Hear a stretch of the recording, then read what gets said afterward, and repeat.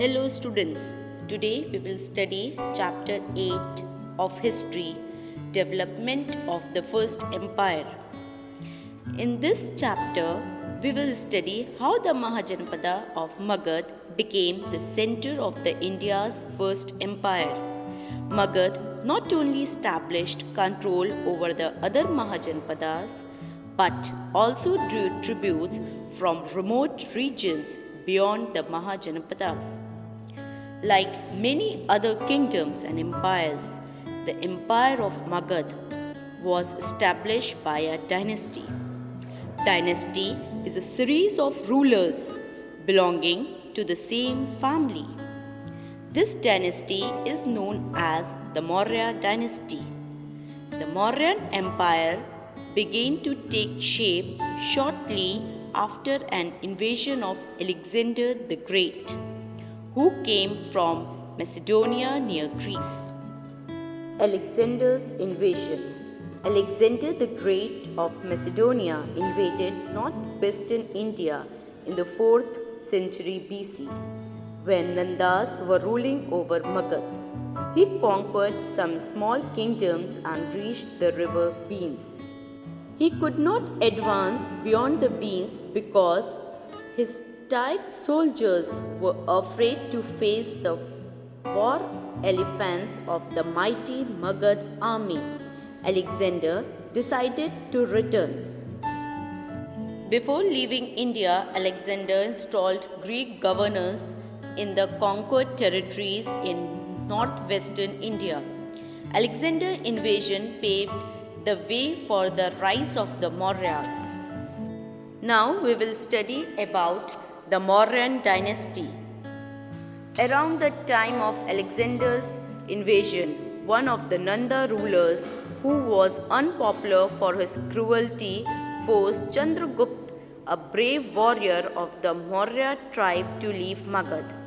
Chandragupta took refuge in the northwestern India, where he met wise Brahman Chanakya, also called Kautilya.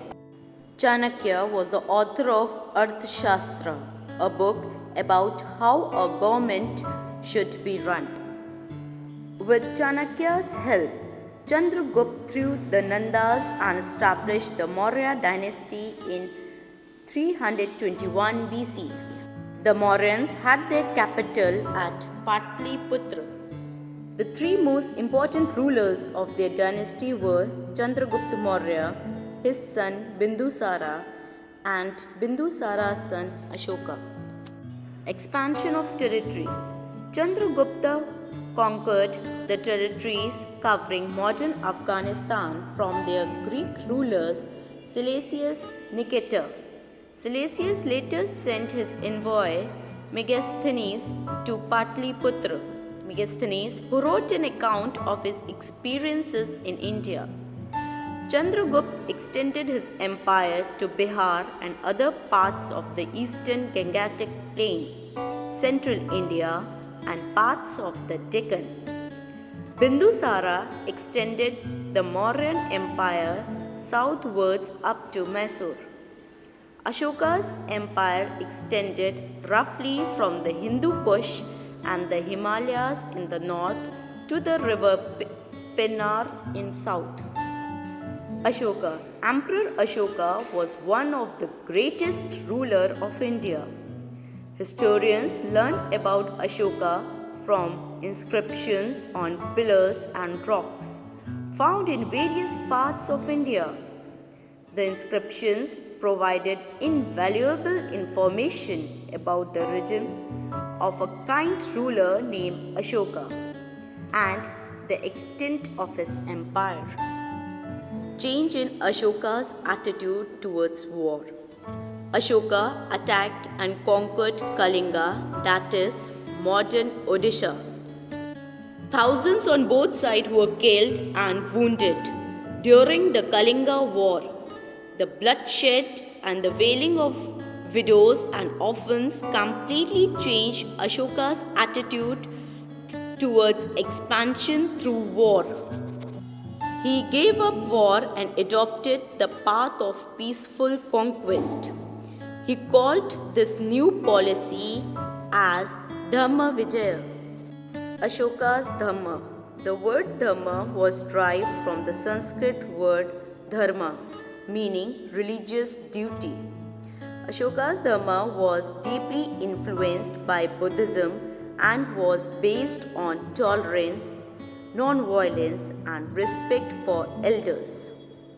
The main principles of Dhamma were ahimsa, non-violence or non-injury to all living things, respect for elders, respect and tolerance to all religions, obedience to parents and teachers, truthfulness, kindness to all including slaves and servants, charity towards the poor, peace and harmony among all. Ashoka emphasized on a pure and simple life. Ashoka's measure to spread his Dhamma. Ashoka issued edicts, that is, royal orders, to spread the message of Dhamma. He had his edicts engraved on pillars and rocks and set up in public places all over the empire. The edicts were written in local scripts. Most of them were written in Prakrit using the Brahmi script. Ashoka himself toured the kingdom to spread the message of Dhamma. Ashoka appointed special officers called Dharma Mahamatras to interpret and carry out royal orders. Buddhist Council and foreign missions. To settle differences in the interpretation of Buddhist teachings, Ashoka convened a Buddhist council at Patliputra. After the council, Ashoka sent missionaries not only to different parts of India but also to foreign lands like Greece, Syria, Central Asia, and Sri Lanka. The mission to Sri Lanka was led by Ashoka's son Mahendra and daughter Sanghamitra. These missions spread the teaching of the Buddha beyond the borders of India. So students, I hope you have understood till now. And next part of the chapter, that is Mauryan administration in society, we will take up in the next video. Thank you.